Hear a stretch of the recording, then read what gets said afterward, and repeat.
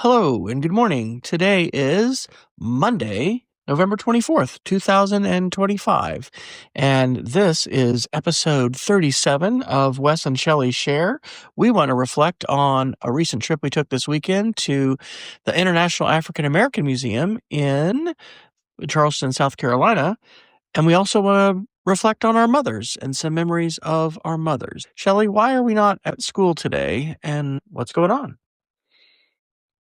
Well, we are very fortunate to have the entire week off. So we have this Monday and Tuesday. Rachel comes in Tuesday evening late, and then we're leaving to go to our friend's farm in Virginia for Thanksgiving.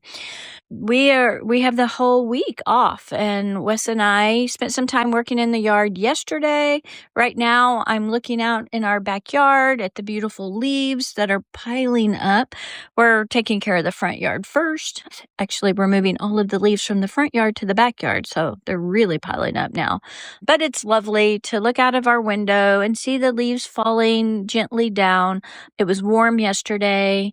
It's supposed to be warm today, but it's supposed to rain sometime tomorrow afternoon. So we're looking forward to getting out and working in the yard again. I would like to have the Christmas lights up and the Christmas tree up before Rachel gets home. So maybe not decorated, but at least up. So anyway, I'm looking forward to this conversation. What about you, Wes? It is a real gift to have the entire week of Thanksgiving off. We have, how many years have you been in education? You started teaching A long time. a long time ago. This is my 32nd year, and Shelly started a little before I did. Many times we have either had kids on Monday and Tuesday of Thanksgiving week, or we've had professional development, which is a terrible time to hold teachers hostage and say they have to learn something. My favorite memory of that was actually when I was at Rush Elementary. Was it Rush or was it Wheelock? I think it was at Rush, maybe. I don't know, maybe it was Wheelock. It was when we learned how to use email at Wayland Baptist University. Anyway, it was exciting. It was so exciting. It was in the late 90s. Anyway, most of the time that's bad. And you have kids that are out and families will take extra days. So it is a real gift to have this time. And it was so nice. We had a lovely dinner last night with our neighbors and just knowing that we have these 2 days to kind of prep and just get some things done. We want to talk a little bit about a wonderful, what I think our pastor called rolling retreat. We have been so thankful to participate in church retreats, oftentimes in the fall at different times with different church congregations we've been a part of. And it's probably the first year we were here, we got to go to Montreat. It was when we were still church hunting. And was that Westminster Presbyterian here? No. Trinity, what? Trinity Presbyterian, that's right. They have a generous donor, I think, that supports their church community in offsetting the costs of a multi-day weekend retreat to Montreat, which is the wonderful Presbyterian camp that Shelly went to 3 times growing up, once as a camper, twice as a counselor. And so anyway, and we've done some things with our Caldwell church community, but this was a field trip to Charleston, South Carolina. So, Shelly, you want to tell a little bit about the background of ARC and the Anti-Racism Council, and then we can get into a little bit about what it was like and what we learned and how it was. I don't know the complete history, but we do at church have an anti-racism committee, ARC, that meets regularly and then brings in guest speakers and sponsors book studies and just various opportunities for us to learn about what racism looks like, the history of it here in our own Charlotte area, the history that connects with our own church building, and as we say every Sunday morning, that the funds that actually built our church and our sanctuary came from the Kirkpatrick family. Caldwell. Wasn't it? It was the Caldwell family. I don't Plantation. think so. Okay. Maybe, but that's what I'm trying to say, dear. Yes, it's my story. You handed the phone to me. But anyway, so as we say every morning, the funds that were given so that we could have our church came from the history of enslaved peoples. So it came from a former plantation owner. I think all of that to be said is we want to acknowledge that the lands here in Charlotte were taken from the Catawba and the Sugaree Native peoples. The building that we have, the funds that were used to build our building came from slave-owning families who made their wealth that way. But anyway, we're on a journey to not cover over our history and not to feel guilty about our history, but to learn about our history and to acknowledge that history existed. And so our art committee provides opportunities for us to be able to do that. So they have had other trips to different places, but this is the first one offered while we have been there. So it was a bus trip, and we gathered on the bus together and drove. I think it's about 2 hours, maybe 2.5, to Charleston, and went to the museum, which is new. It hasn't been around very long. You discovered when it was built.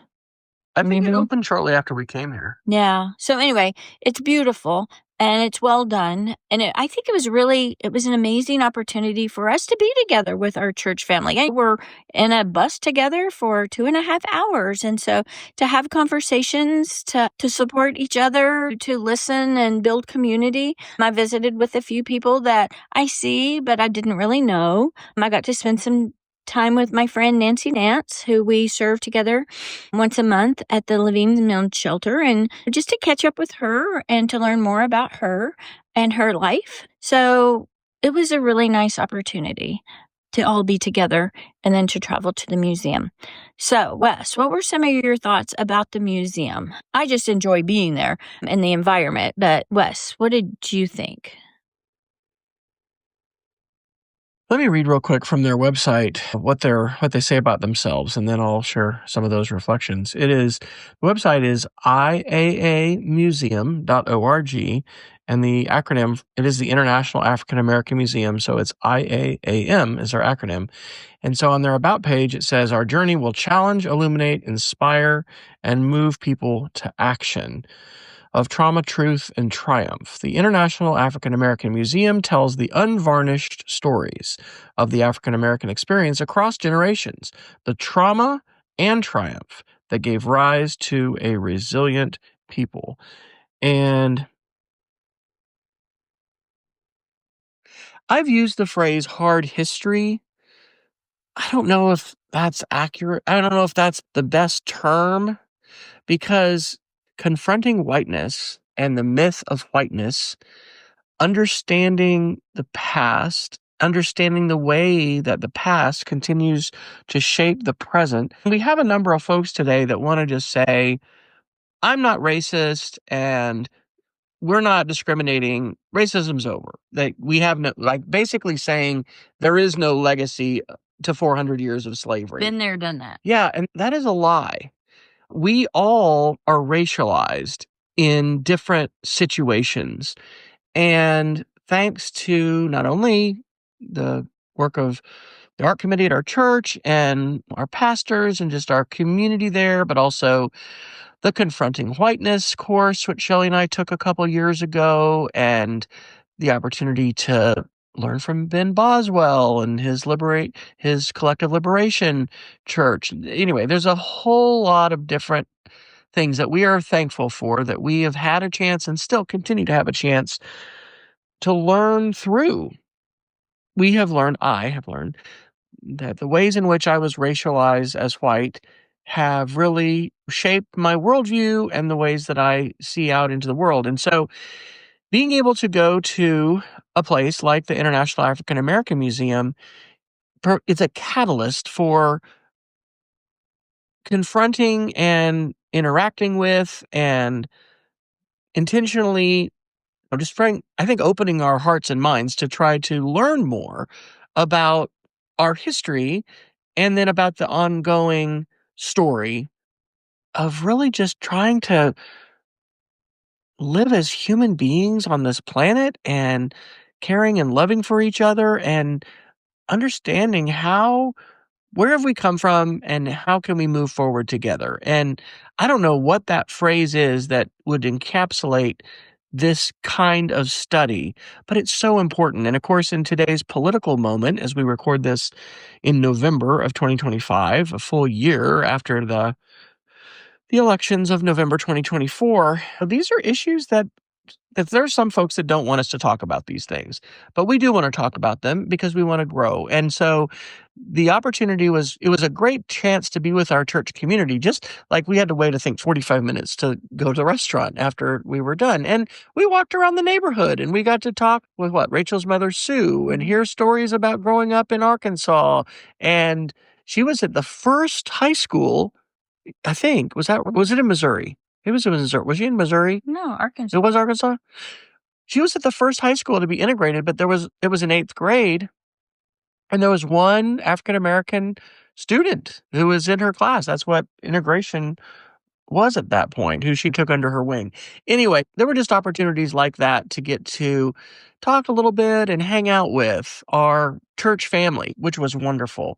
But I'll talk a little bit more about some of the specific things that I learned. Overall, I just looked at John, I'm like, this is not very far away. We've only been to Charleston, I think, twice, and it really is an incredible city. It was the wealthiest city in colonial America because of slavery. And the place where the actual museum is built is one of the ports where an incredible number, something like 40% of all enslaved Africans or more, I should get that number, but a huge percentage came in through the port of Charleston. You want to talk a little bit about the physical building and kind of what we saw as we went in? Yeah, so I don't even know how the architecture, but everything, the museum, and then even the space around it definitely had meaning. Just the place where it was. It faced out into, I don't know, I guess it's a bay. The harbor, yeah. The harbor. And as you looked out, you could see, I guess, Yorktown, which is a museum as well. You can see that across the bay and all the other places. So it definitely, just like Wes said, was a port as to where the ships would come in and the enslaved, or the captives, really, would be brought in. And so as you look out, they have a display. It's like a reflection pool. And then if you walk up to it and look into it, you can see built into the stone were shapes of how the captives would be in the ship. So I think most people have probably seen ships and how they lined up level by level on how many captives they could get into a slaving ship. And so you would just look down into the water, and it was built to simulate the tide going out and the tide coming in, and just an incredible display that faced the bay as to how that entrance of those captive people would be brought in. And then all around were gardens filled with plants and things that you could find in Africa that also thrived here in that climate of humidity and that Charleston has. And so peaceful places to sit and to think but looked like the African, I don't know, landscape maybe. And then to one side, there was a wall etched with one of Maya Angelou's poems, and it was etched into the stone, the natural stone, the rough-hewn natural stone. And then when you walked inside of it, because it was just like a wall, it was all polished stone, so there was a reflection of you. And the guide talked about that. I would have to probably spend some more time thinking deeply about that, but how, that slavery, that reality of what happened, and then how it reflects back on us. It was powerful. It was really powerful.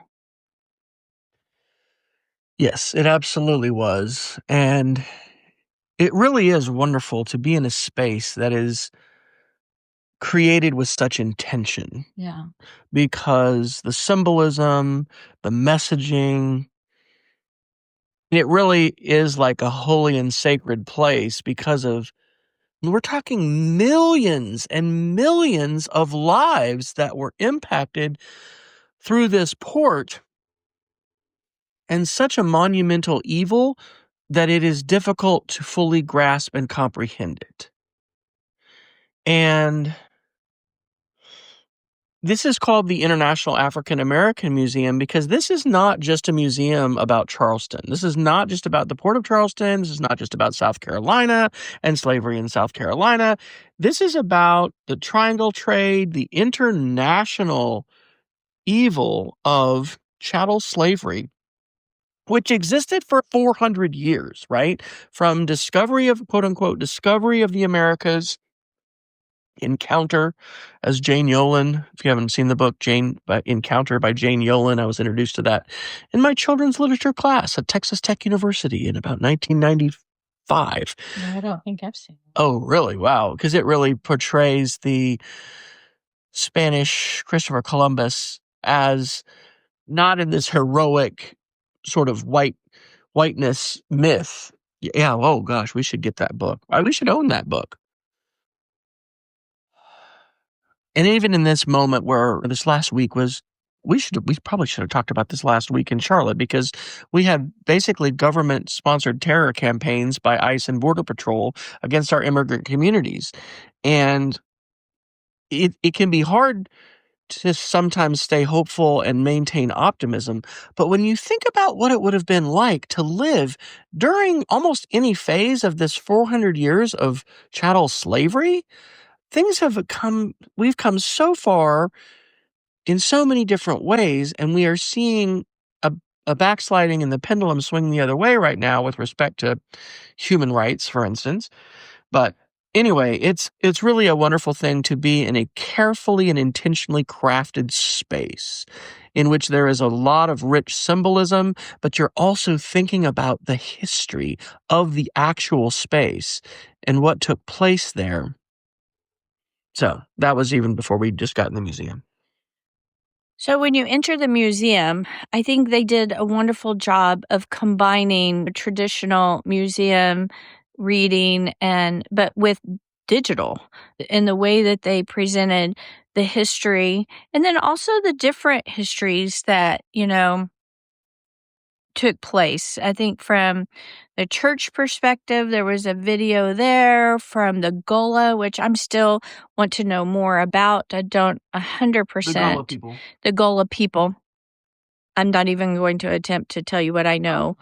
But from the history of just the whole process, starting from the beginning, we had a little time to also go into the more current voices. I think it did a really good job of voices, of acknowledging people and their voices and their contribution to whether it was the first African-American doctor, the first African-American astronaut, the first African-American. So acknowledging all of those firsts. And as we were walking around, I would say it was very well attended. I mean, there were a lot of people, a lot of families there wandering and seeing and acknowledging. And I thought that was wonderful. Just learning about their own history and their own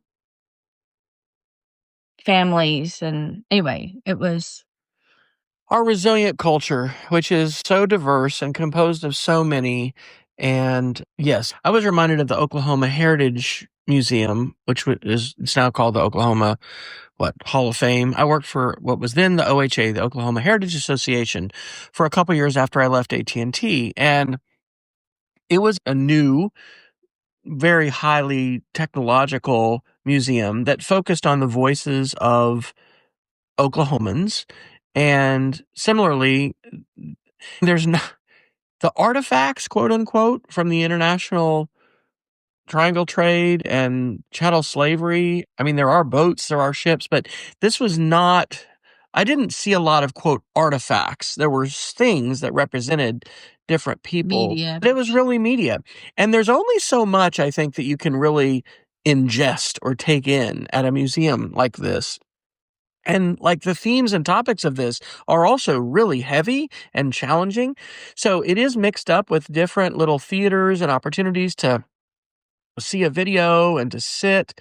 I loved the central, and I don't know if I should put pictures in this podcast. I don't think I will, but I'll link to a Flickr album of photos that I captured during our day. And so there is this big combined table of all these different touch screens.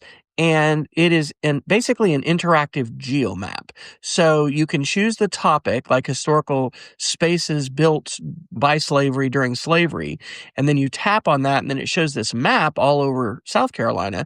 And then you can tap to see more information about people, about places, about events, timelines. Very interactive and awesome. And it reminded me that I haven't taught my students this semester, and we're almost done. The GeoMap project, I love maps. That was one of my majors in high school or college.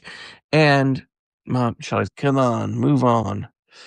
Anyway, that was an interactive space that I liked a lot, and I could have spent more time. And I don't know if they have that replicated elsewhere, or if it's one of these things that you have to come to the museum. I want to talk more about rice agriculture, but what else do you want to talk about? We only spent an hour and a half there, and of course, we could have spent so much more time. But I think that's a point where it's not like you can take it all in on the first visit. It's one of those things where I think it'll be more valuable to go back and visit again. I wanted to say that I really appreciated the spaces that they made available, because it is a heavy topic and you don't ever know what's going to trigger an emotional response. What I liked is that they had quiet spaces available, that if you needed to go someplace and just sit and reflect and have a quiet place, or even to cry, they had those spaces available. And I appreciate that. I've been to visit some museums and some places that had heavy contact. I can remember going to the Holocaust Museum, going to Dachau, and then just being a witness to that history is hard. And I think that's where that hard history, but this was beautifully done. But I do appreciate that even when we went to visit the museum in Wyoming, the Heart Mountain Museum, and it had spaces for quiet reflection. And I love how the museum offered those spaces to people. So yes, an hour and a half was definitely not long enough, but I think it's also, we need to go back, because I think the value in reflecting and then going back to learn more again is important. So it's not a one and done kind of place. I want to talk real briefly about the Gullah people and about, I know, I see it. Shelley's reminding me of our time. Fusky Island. So here a couple years ago, thanks to my dad and a classmate of his that lives in, is it Beaufort? Beaufort, South Carolina. I did not know really the name Pat Conroy, but he is a famous author from Beaufort. He's written a lot of books. The Lords of Discipline is one. It was a movie version. Oh, and then The Great Santini. We didn't see The Lords of Discipline. We watched The Great Santini in basic training when I was at the Air Force Academy. Anyway, I listened to his book, The Water is Wide, which is about a year or two that he spent as a teacher on Dalfusky Island, teaching students primarily descended from the Gullah people. And so the Gullah are Africans who lived along the coast of South Carolina and the eastern United States and developed a very unique culture and have many of their African traditions and customs. And it's a very unique cultural group in the United States. And they're very much connected to enslavement and the history of enslavement, not only because their ancestors were brought from Africa, but also because many of the traditions as well as agricultural practices and things like that were influenced by what their ancestors had done. We unfortunately were not able to have a tour guide that was going to tell us about Gullah history. That would be a neat thing to do when we go back if we were able to make that arrangement. I don't know what happened with that tour guide, but I did learn a lot about what's called Carolina Gold, which is rice and agricultural farming.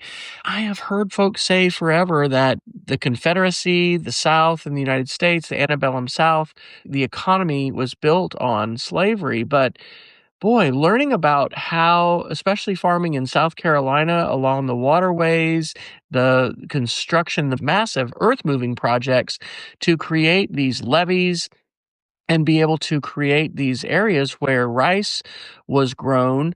And then the value of captive Africans that were enslaved who had knowledge about rice, that was a big part that I learned much more about and deepened my learning. They had what I think is a temporary exhibit, which had all these different timelines. And here's a conclusion that I had from this reflection. We do not, in the United States, spend enough time talking about colonialism and the impact of colonialism. In many cases, in history classes and civics classes, we have advanced some mythological versions of our history, in some ways portraying England, even though we did talk about the Revolutionary War and fighting King George. England in general is portrayed in really in a positive light. And there are positive aspects, of course, to England and to that history, but colonialism was incredibly brutal. And so the story of colonialism within the Caribbean, within the Western Hemisphere, the way in which I think Barbados became, yeah, I mean, early European explorers tried different things as far as what to grow and how to basically extract wealth from the land and its people. And eventually in the Caribbean, landed upon sugarcane as this incredibly lucrative product, but it had an extremely high human toll. And so, anyway, I just learned a whole lot about that. And so there are parts of the museum that do rotate and change. I think this part that had just all these timelines, and I barely got to explore that part. And I think it might be leaving in mid-December. We should find out. But overall, a great experience, a fantastic way to spend a day with our church family. And here, Shelley, I'm going to ask you for a concluding thought.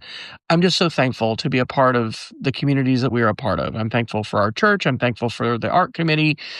And at one point, I didn't think we were going to have a retreat at all this fall, and I missed that. But this was fantastic. This was great. And I can't wait to go back to Charleston for so many reasons. Your closing thoughts about this part? Yeah, a couple. I do love how the art committee composed this retreat opportunity and was very intentional about choosing a Black-owned bus company to drive. And we had some issues with the bus, and it worked out beautifully. I don't even want to go into the details. It wasn't bad. They took care of us. We had lunch at I think it was Hannibal's, wasn't it? Yes, Hannibal's Soul Food. Hannibal Soul Food, which was a Black-owned restaurant and had soul food, and definitely they were a small establishment, but they went to great lengths to make us feel welcome and to serve food. And it was Anyway, it was just a wonderful opportunity to sit down. And also, the committee had a couple videos and a YouTube TEDx available. Wes was able to get a DVD that we were really fortunate in our second bus. And again, that's a long story. Had a DVD player that could read that. And so we were able to watch and educate and learn a little more about racism in the South and whiteness. And so it was a great learning opportunity and a good opportunity for our congregation, both our African Americans and our racialized white community, to talk and to grow together, and just developing and fostering opportunities for us to learn together. So I appreciated that. All right, so I think we're going to have to record part 2 a little bit later. But for halftime, I just decided this, since we're not really doing funnel cakes anymore. I don't know. We may do some later, but my middle school students have recorded some advertisements, and I think I'm gonna put one of those on. This is a web design project. Last year we did a whole podcast. We did these ads, but they're just 30-second advertisements, and I think I'll play 2 of them just for fun. So we're gonna have that for halftime, and then we'll be back talking about some memories of our mothers. Okay, now it is Sunday, November 30th, because we did not finish our podcast, and we've had Thanksgiving, but we want to finish this podcast and reflect a little bit about our mothers. So we're going to 2:00 church today, and we decided to record this before we go. So our thought was the main audience for this is honestly, I think, our family. There's other folks. If you're listening to this, we hope you're enjoying it. But we definitely know that our daughters are listening, and maybe other relatives and ancestors may listen to this someday. So we want to talk about our mothers, because both of our mothers have passed away, and we have so many wonderful memories of our moms. And a lot of those memories surround holiday time and cooking, family, bringing the family together. So we're just had Thanksgiving. So let's start there. Shelly, what are some of your Thanksgiving memories? What do you remember your mom preparing, and what was Thanksgiving like at your house growing up? It was usually, I would guess, a lot of times we went to Amarillo to visit my Aunt Kay. So we would have Thanksgiving at Aunt Kay's house. And then Christmas we usually had at home. So traveling for Thanksgiving was usually, I remember one time when my grandmother had recently moved to Amarillo into a small apartment, we had Thanksgiving there. It was a tiny 1-bedroom apartment, but it was us and then Aunt Kay and the kids. And then I think my Uncle Jack and Aunt Bunny came over. So there were a lot of us. But I remember Thanksgiving in that small place. We did that just one time. I remember several Thanksgivings at my Aunt Kay's house, especially when Fanchon and Landon were young. We would get dressed and we would drive. It was about 2 hours to Amarillo. It was usually a day trip, and then we would leave. A few times we would go to the McBride's house. So that would be Fanchon and Landon's grandmother. My Aunt Kay and Uncle George divorced when the kids were actually really little, but their Nana, or Noni, I think they called her. There was a big Italian family. And so we had Thanksgiving with them sometimes too. So they had a huge Italian family. So we would have Thanksgiving with them, which was always unusual because Aunt Kay and the kids were still a part of the big family, but Uncle George was never there. It was, anyway, strange family dynamics. My mother was an excellent cook. Mother always bought a butterball turkey. She always cooked it in a turkey bag. I don't ever remember my mother stuffing the turkey, but I think she probably did. Eventually, we just made the stuffing separate and never stuffed it into the turkey. We always had a relish tray, which was always my favorite because it had pickled okra and black olives and bread and butter pickles. That was always on our table. Always had green bean casserole. I think we had green bean casserole. It's hard to remember back whether that's our family tradition, but I'm pretty sure we always had green bean casserole. I don't remember yams or sweet potatoes. We might have had, but we were not one of those families that had the yams with maybe we did, and the marshmallows on top. Oh no, it's a long time ago.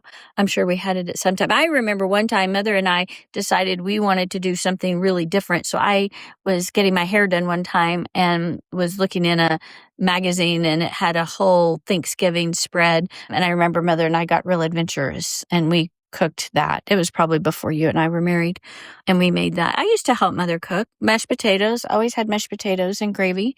In fact, I remember our first Thanksgiving, I think it was Thanksgiving, at our house when we had first moved into our house on 39th Street. And I was cooking Thanksgiving dinner for the first time with a lot of help and support, of course.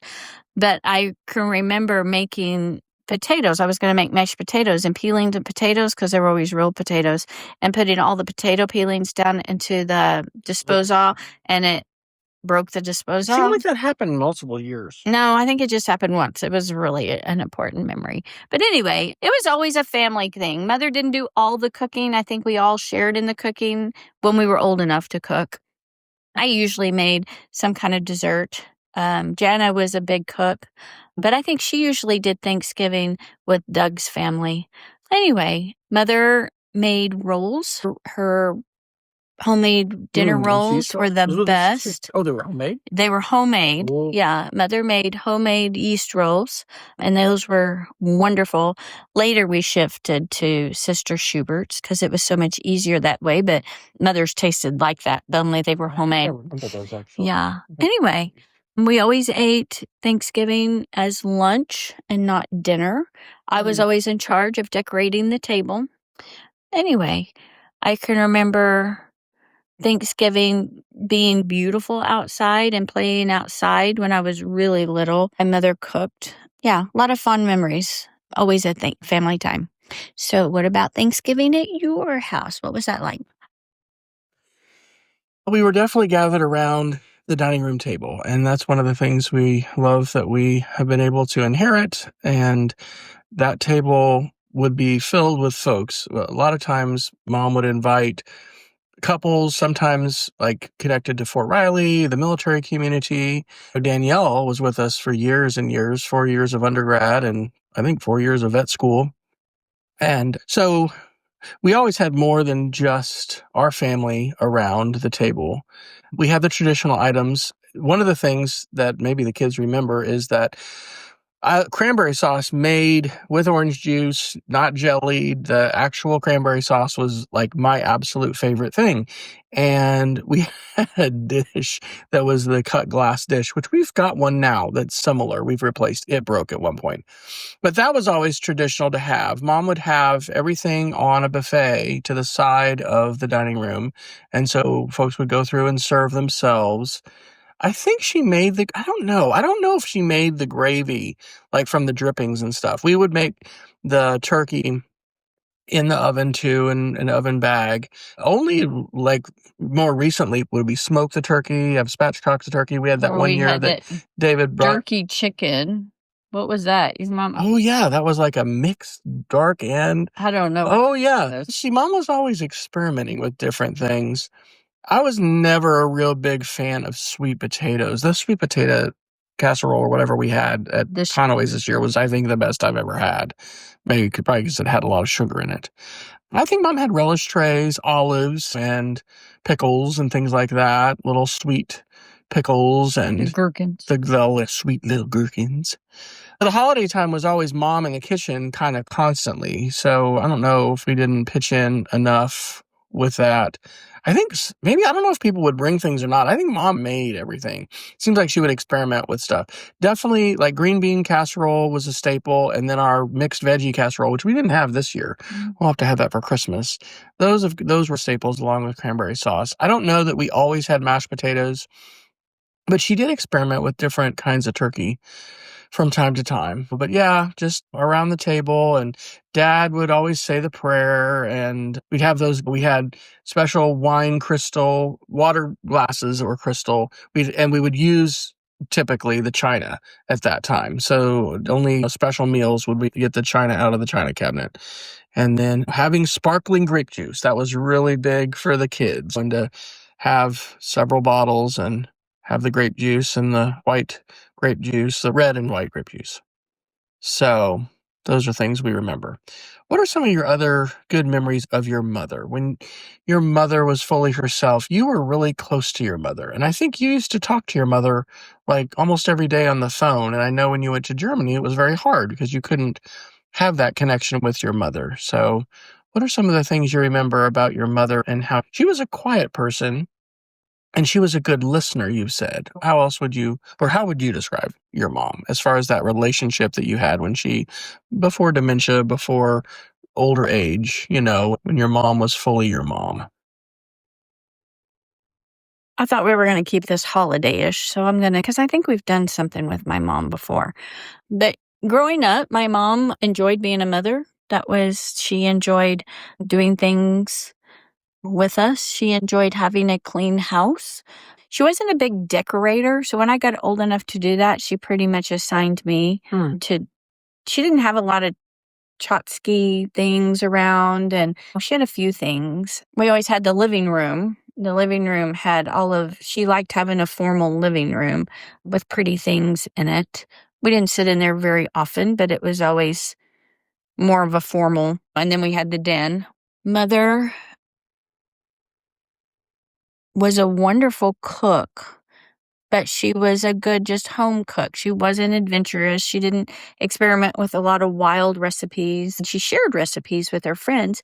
I would say Mother was more adventurous with her baking. She enjoyed baking and trying. And so that was a time where people made home baked goods and took to school or took to parties or had gatherings or bridge club or whatever. And so a lot of women baked and brought things to people. Mother was good at that. Oh, I love Mother's rum cake. She had a really good rum cake. And I think Jana would make the rum cake. And I think one time Sarah made the rum cake as well. So I always remember Mother baking, enjoying baking. We baked together. We've always made Christmas cookies. She always made sugar cookies. She'd do iced sugar cookies. We decorate sugar cookies. Of course, we all love her date nut pinwheels. I think Sarah and Rachel and I are going to bake some of the cookies that Mother used to always make for Christmas this year and do that as our entertainment since we're doing an Airbnb this year. Yeah. And we can do that. And I think that will be a wonderful memory and remembrance of my mother. Mother wasn't a big gift giver. People just didn't do that then. In fact, in our family, everybody got pretty much like one gift. I think it wasn't until I went to your house for the first time at Christmas where it was just insane the amount of Christmas gifts we had. But Mother was a thoughtful gift giver. She always thought about it. We had Aunt Pauline, my Aunt Pauline. That was always fun. Aunt Pauline loved to be a gift giver, but she never really had anything, so she'd give us her things. One time or so. So yeah, who knows? That was always fun though.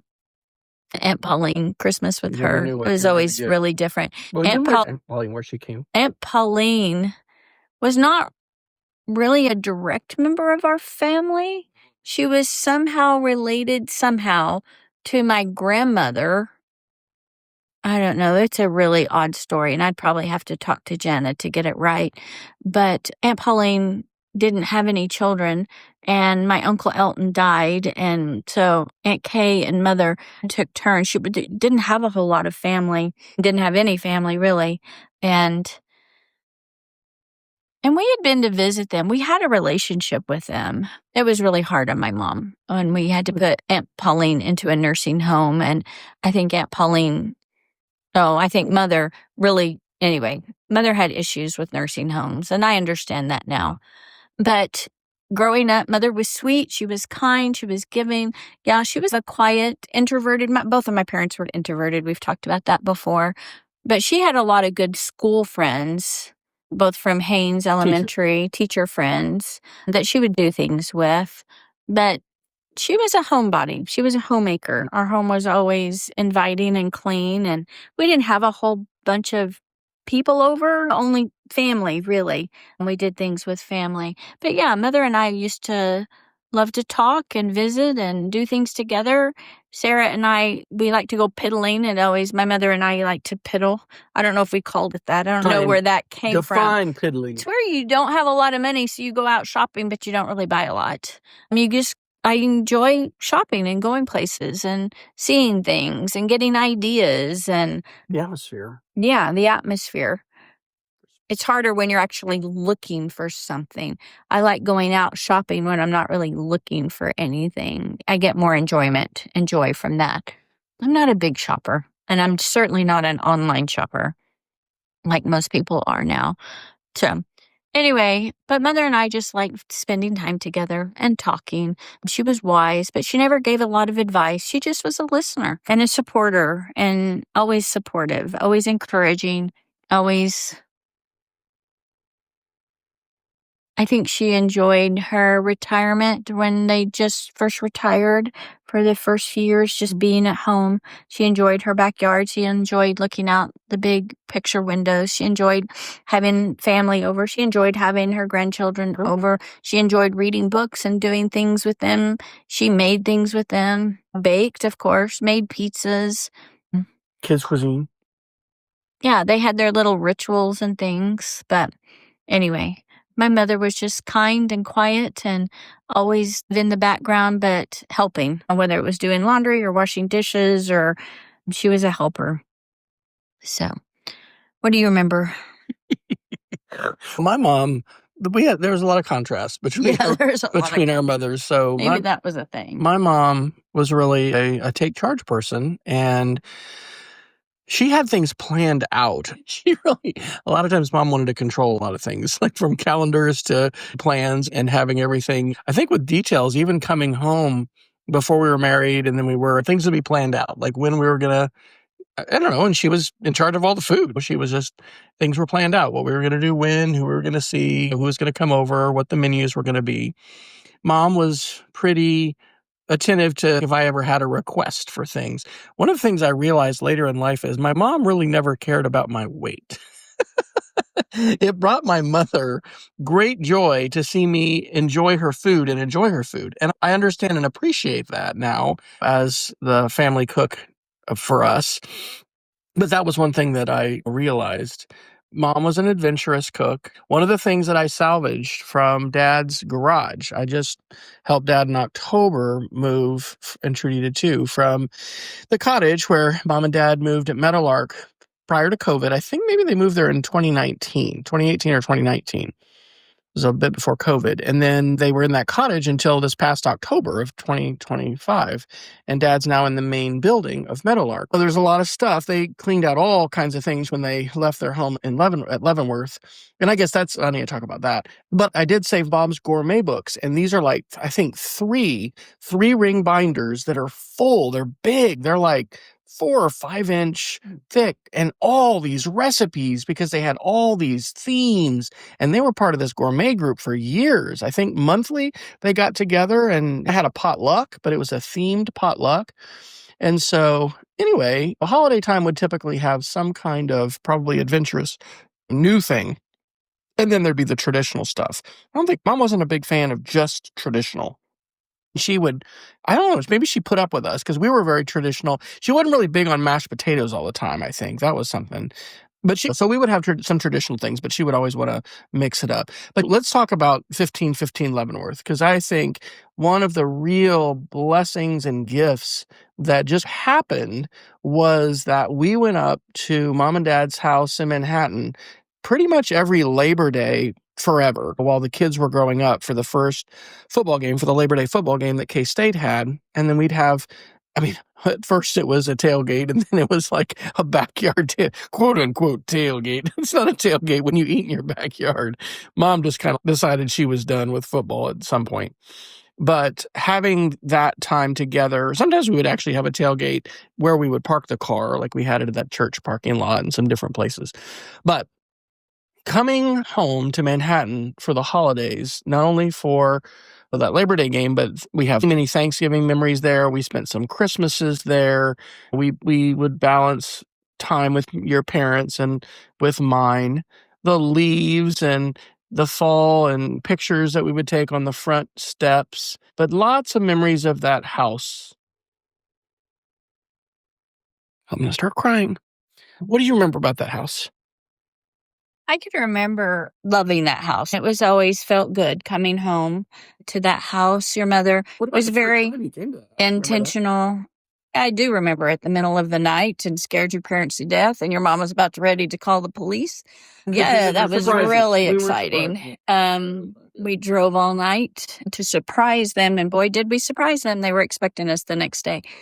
I think I had always had a love of old houses, and that house was over 100 years old, and it was an old house, and I loved it. It was wonderful, and your mother was a decorator. In fact, right now, I love having a lot of the things that your mother had. Again, that's going back to my mother was much of a minimalist, we didn't have a whole lot of things, a few little things, but your mother's house, it was all well displayed, but she had a lot of things, a lot of neat dishes and neat little tchotchkes, things from... What's a tchotchke? I don't know. It's a word I think Carol introduced me to, but it's knickknacks.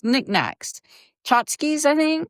Anyway, it's a Southern thing, I think. But I don't know. I loved your mother's taste. She had beautiful things. I love her silver. I have a lot of her silver, beautiful things. And even as we've continued moving your father, I've taken, because nobody else wanted them, tablecloths, like all the tablecloths and all the...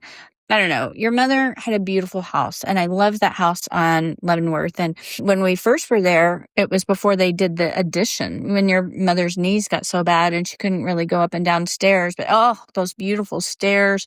And you could get those fun pictures with the kids poking their head out and going upstairs. And so wonderful traditions. Your mother was big on tradition. Sometimes it did get a little much, because she wanted so bad to create this perfect dinner, this perfect tradition. We've always done it this way. We're always going to do it this way. I think sometimes your mother was disappointed in that she had planned so much, and then sometimes we didn't always go according to plan. Yeah, we'd go off the script. But it was beautiful. That first Christmas at your house, literally. That was when Bailey ate the Rufus ornament. Oh, gosh. Yeah. Alexander was little. I don't even know if we had Sarah yet. I don't know. Alexander was running around. He was born, our first Christmas together was at our house. We would have had Christmas in 98, 99 before Sarah. So we would have had 2 Christmases. Yeah. 3, but he would have just been a month old. Yeah. So maybe when he was baby Jesus that first year. Yeah. So anyway. Church nativity. Yeah. Yeah, because he was born November 29th. And then your parents came to Christmas in Lubbock that year. But our first Christmas at your house, so I don't remember how old Alexander was, but we had Alexander. But it was like wall-to-wall gifts. I don't know that your mother went all out after that. And then later, through the marriage, she significantly decreased amounts. And I think they actually started putting money like into the kids' 529 instead of spending it on toys and things like that, which, of course, that was wonderful. Your parents were always very generous with that. But in the beginning, it was very overwhelming. It was way more than we had ever had at our house. But dinner was special, and I loved eating around the dining room table and the beautiful dishes and the beautiful things. And so now we're doing that with our house, which is really wonderful because we have the dining room table now, and then we're going to bring home the antler. And so we're creating that for our family, that experience. Antler chandelier. Yes, the antler chandelier. What did I say? You didn't say it. Oh, but we're trying to create that for our family, and that's been very important for us, and having Nana's things, because it means a lot to us. So anyway, I do remember the first Thanksgiving at your house, or maybe it wasn't the first, but when I got out and was so excited to rake leaves, and I think your parents thought that was just hilarious that I was excited about raking leaves. Now, what do you think about Oh, goodness gracious. It's a lot of leaves. But I do love it. I do love the leaves. Okay. All right. We'll wrap up. We've got to head off to church. Thank you for listening to another episode of Wes and Shelly Share. You can find all of our episodes by going to shellyfryer.com/podcast. Hopefully, these are shared wherever you find your podcasts. I'm starting to put these on YouTube, since YouTube is now the #1 podcast listening platform in the world. And we are telling stories from the empty nest as we continue to process what it means to be parents in this season of life and to be in between. We're in the empty nest, no grandchildren in the picture, and we are continuing to enjoy time together because we just started having kids pretty quick after we got married, and this has been a pretty long period of time for not having children in our home. And it's wonderful to continue to make memories together and to think intentionally about the ways that we want to build memories, not only together, but with our children, and just sharing ourselves and remembering and just really seizing a hold of the opportunities that present themselves in this particular season of life that we happen to be in. We wish you well, and happy Thanksgiving and happy holidays. Yes, and love to all of you.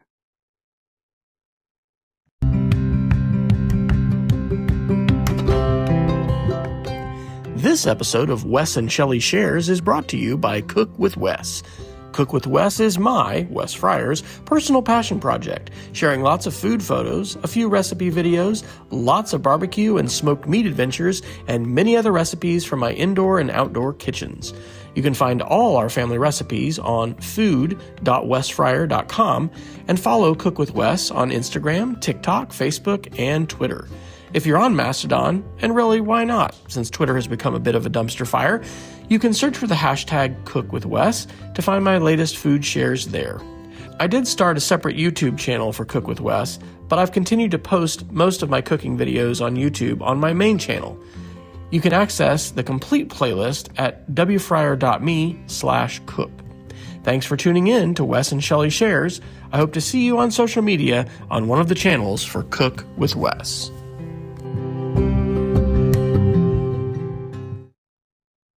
Wes and Shelly Share is a weekly podcast recorded and published on Sundays by Wesley and Shelly Fryer of Matthews, North Carolina. Learn more and find links to connect on social media to Wes and Shelly by visiting shellyfryer.com/podcast. Content on this podcast is licensed under a Creative Commons Attribution Only 3.0 license.